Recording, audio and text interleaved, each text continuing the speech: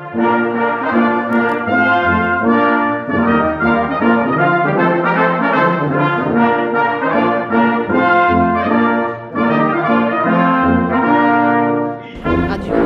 Alenia. C'est Radio Alenia, Radio Occupation. Notre joyeuseté de cette réforme, c'est la dégressivité des allocations de chômage. Ça s'adresse vraiment pour les personnes ayant des revenus supérieurs à 4 518 euros par mois, brut. Hein.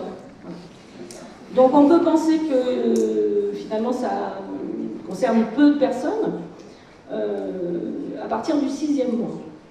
En ce moment, à cause de la crise sanitaire, donc ça avait été gelé, ça va reprendre donc au 1er juillet, avec pour l'instant une dégressivité à partir du 8e mois, sauf si retour à meilleure fortune. Voilà. Où là, on reviendrait à 6 mois. Ça peut sembler anecdotique, parce que c'est vrai qu'on a peu de gens qui sont indemnisés à cette hauteur-là. Je vous rappelle que dans les années 90, il y a eu déjà un essai sur la dégressivité des allocations. Je ne sais pas si vous vous souvenez, donc là ça concernait tout le monde. Ça a été arrêté parce que ça a prouvé son inefficacité quant au retour à l'emploi. Et là, ça va concerner quand même des gens qui étaient souvent cadres et qui souvent sont des gens de plus de 50 ans. Et quand on connaît la conjecture du marché du travail pour les seniors, c'est peut-être pas forcément non plus une bonne idée en ce moment. En gros, ce qu'il faut retenir, c'est que cette réforme qui a été un petit peu stoppée à cause de la crise sanitaire, donc il la passe là au 1er juillet, donc là il n'y a plus moyen de repousser. Est-ce que c'est le bon timing ? Enfin, a priori pour eux, il n'y a pas de moyen. Oui, mais ça, on verra au bout. C'est ça. Et donc, on peut effectivement se poser la question de savoir si c'est un bon timing en fonction de tout ce qui se passe en ce moment. Donc voilà. Et que, en gros, le montant de l'indemnisation va être diminué. En contrepartie, l'indemnisation sera un petit peu plus longue, avec quand même des seuils, des seuils à 24 mois pour les moins de 53 ans, et à partir de 53 ans sur 36 mois maximum. Il y a une chose qui ne change pas quand même, mais qui concerne aussi très peu de personnes, c'est que le maintien des allocations jusqu'à la retraite pour les allocataires âgés de plus de 72 ans et qui remplissent les conditions reste en vigueur. Voilà. Mais enfin, ça concerne très peu de personnes. Avant de laisser la parole à Michel Coronas pour vous parler de la CAF, je tiens à vous rappeler des petites choses qui nous ont fait arriver jusque-là. Comment c'est arrivé qu'il y ait toutes ces réformes et que tout d'un coup, les syndicats n'ont plus la parole, les syndicats salariés.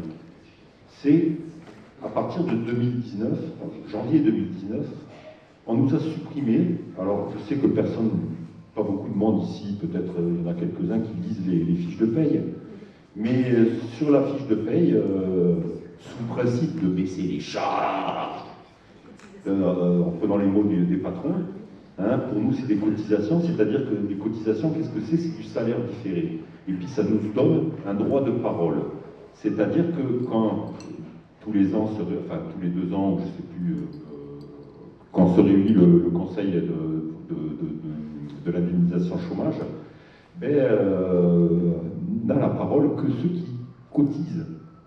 C'est-à-dire que depuis qu'ils ont supprimé au régime général, alors je dis bien au régime général parce que les intermittents, on ne leur a pas supprimé les cotisations, puisqu'on les avait doublées, on les avait à 6,8 et 3,4 pour les autres, de pourcentage de la fiche de paye.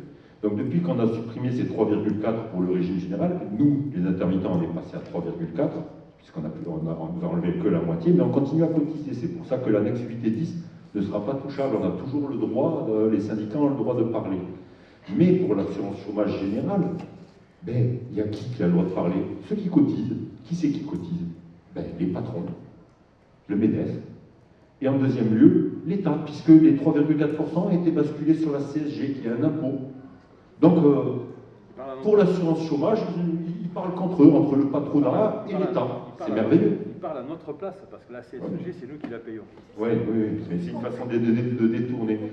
En fait, on a basculé ces 3,4% sur la CSG, pas entièrement. On leur a un peu éliminé des charges aux patrons quand même. Ils n'ont pas assez d'argent, vous comprenez. Mais donc on n'a plus le droit de parole. On n'est plus qu'à titre consultatif, les syndicats.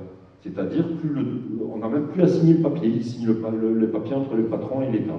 Voilà ce que je tenais à dire pour vous rappeler un peu ce côté-là qui est, quand on perd des cotisations sur notre fiche de paye, c'est sur nous que ça retombe. Parce que c'est du salaire différé et on n'a plus ce salaire différé. Je laisse la parole à Michel Coronas qui va vous parler de la CAF, Ouais. des joyeusetés de la CAF. Alors, je ne vais pas parler que de la CAF, parce que ça, c'est pas tout à fait à l'ordre du jour, mais... Non, je t'en prie. Je rebondirai sur ce que tu viens de dire par rapport aux cotisations sociales qui sont en fait de salaires effectivement différés. On a le même phénomène sur les allocations familiales, où aujourd'hui les salariés de façon historique ne cotisaient pas, mais il y avait quand même une gestion, il y a encore une gestion paritaire entre guillemets, mais qui se réduit à peau de chagrin. C'est-à-dire qu'aujourd'hui, les caisses d'allocations familiales deviennent de plus en plus des agences qui mettent en œuvre les politiques décidées par l'État.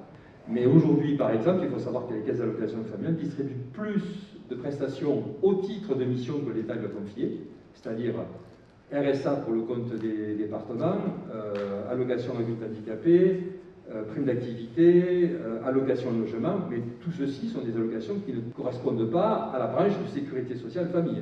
Ce sont des missions qui sont exercées pour le compte de l'État, et une dernière qui est prise en charge d'ailleurs de façon assez cavalière, parce qu'en gros on a été mis devant le fait accompli, on a convoqué un conseil d'administration national, en gros on nous a dit ça prendre ou à laisser, c'est de prendre la relève de l'État pour les points d'accueil et d'écoute jeunesse.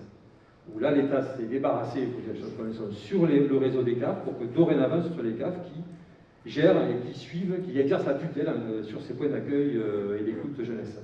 Avec un financement de 800 millions d'euros au niveau national et qui n'est pas pérenne. C'est-à-dire le réseau CAF les percevra en 2021 et 2022, mais après 2022, on ne sait pas. Voilà. Et déjà, on vient d'avoir une première note, comme quoi certains des projets qui avaient été on va dire, actés, en fait, ne sont pas financés par l'État, et où des gens commencent à tourner en rond pour savoir qui va mettre la main au porte-monnaie. Voilà, je ferme la parenthèse. Moi, je voulais juste revenir sur le caractère très, très général du contexte dans lequel s'inscrit la réforme des allocations au chômage. D'abord, son leitmotiv, c'est de réaliser l'économie d'un point de vue général. Au-delà des cas particuliers que l'on peut examiner d'un point de vue assez technique, mais qui correspondent à des droits qui ont diminué, mais qui continuent à exister, c'est quand même le type d'objectif, c'est d'économiser entre 1 et 1,5 milliard d'euros. Voilà. Une fois qu'on a posé ça en termes de principe, on sait où on va, hein, avec des variantes, avec ceci, avec cela. Après, il faut faire passer la pilule. Bon.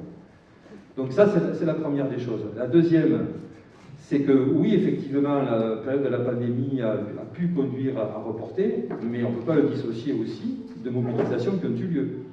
Parce que heureusement que les organisations syndicales, dont la nôtre, mais pas que, ne se sont pas pliées aux injonctions et ont continué à exprimer les revendications des précaires, des privés d'emploi, etc., pour dire non, cette réforme, moi je ne compte pas le nombre d'instances dans lesquelles nous sommes intervenus avec nos copains administrateurs pour dire cette réforme, il ne faut pas la mettre en œuvre.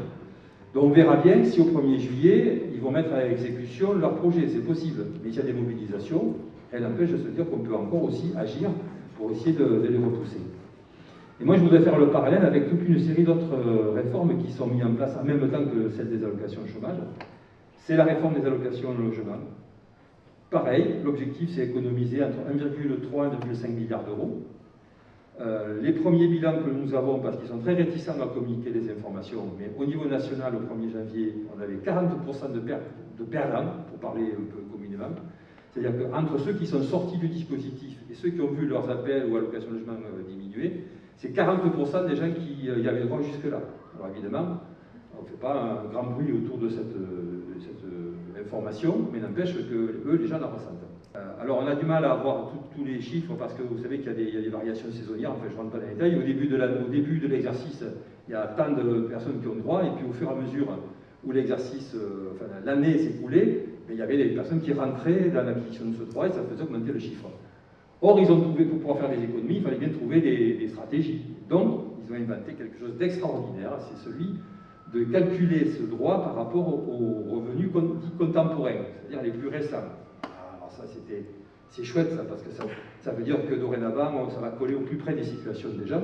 Ils ont essayé de dire qu'on pouvait aussi, dans l'ancien régime, demander en cas de rupture de situation, de manière de révision du droit, mais enfin bon, ça, je passe sous silence. Et maintenant, on a trouvé le système, c'est qu'on demande des déclarations de revenus trimestriels.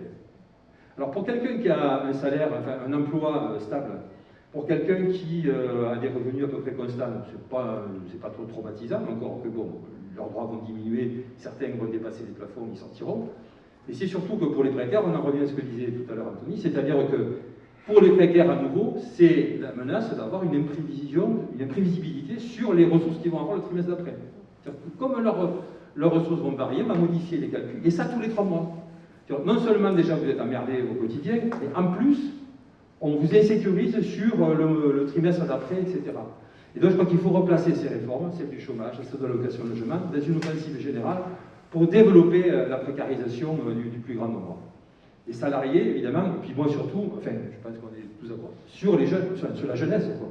Parce que ce sont les générations qui arrivent qui sont frappées de plein fouet par ces réformes. C'est un peu, quand Macron, là, il s'est fendu un jour en disant le pognon de dingue qu'on met sur l'action sociale, ben oui, il prend des mesures derrière. Il n'a pas fait qu'une erreur de vocabulaire, il n'a pas fait qu'une fuite comme ça dans un moment où il aurait perdu l'esprit, non, non. Ils mettent en œuvre cette idée, ce pognon de dingue, il faut que ça diminue. Donc 1,3 milliard, 1,5 milliard de moins sur l'allocation chômage, à peu près pareil sur l'allocation logement, et ainsi de suite. Regardez les minima sociaux, c'est du foutage de gueule, c'est de la provocation à l'égard des gens.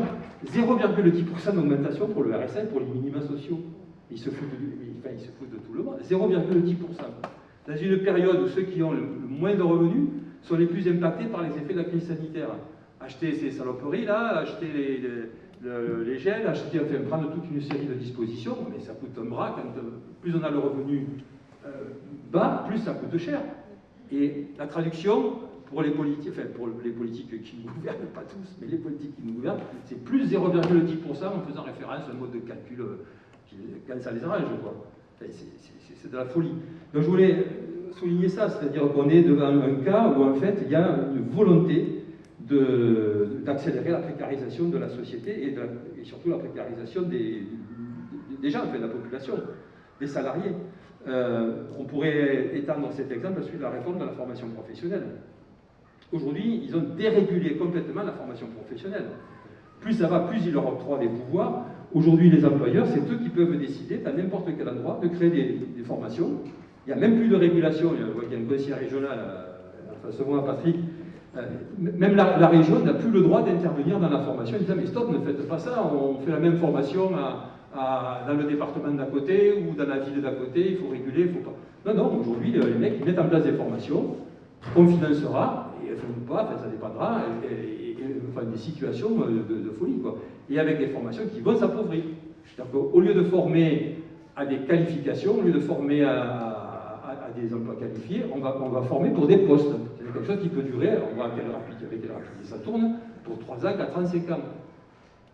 Et ça, effectivement, on y revient, c'est de nouveau la jeunesse qui est frappée en premier lieu par ces modifications dans les différents régimes. Alors voilà, moi je voulais essentiellement donner ces informations parce que ça campe un peu le décor et surtout, ça marque l'ampleur de la riposte qu'il faut avoir. Ce n'est pas une question catégorielle, ça ne concerne pas que les intermittents, ça ne concerne pas que les emplois saisonniers, ça concerne tout le salariat et ça concerne toute la population. Et il faudrait arriver à faire prendre conscience qu'il y a une mobilisation générale à avoir, et en se méfiant aussi des fausses bonnes idées. On a entendu parler à plusieurs reprises, par exemple, du revenu universel d'activité, sauf que tout le monde n'y met pas la même chose derrière, et qu'on connaît les employeurs, enfin, les organisations patronales, ils sont prêts à y souscrire. Ils vont prendre un prétexte de ça pour dire les salaires, maintenant on peut les diminuer. Vous avez un revenu universel d'activité, parfois le salaire, et on ne peut pas nous continuer à le payer de cette façon-là. Enfin, bon, ouais.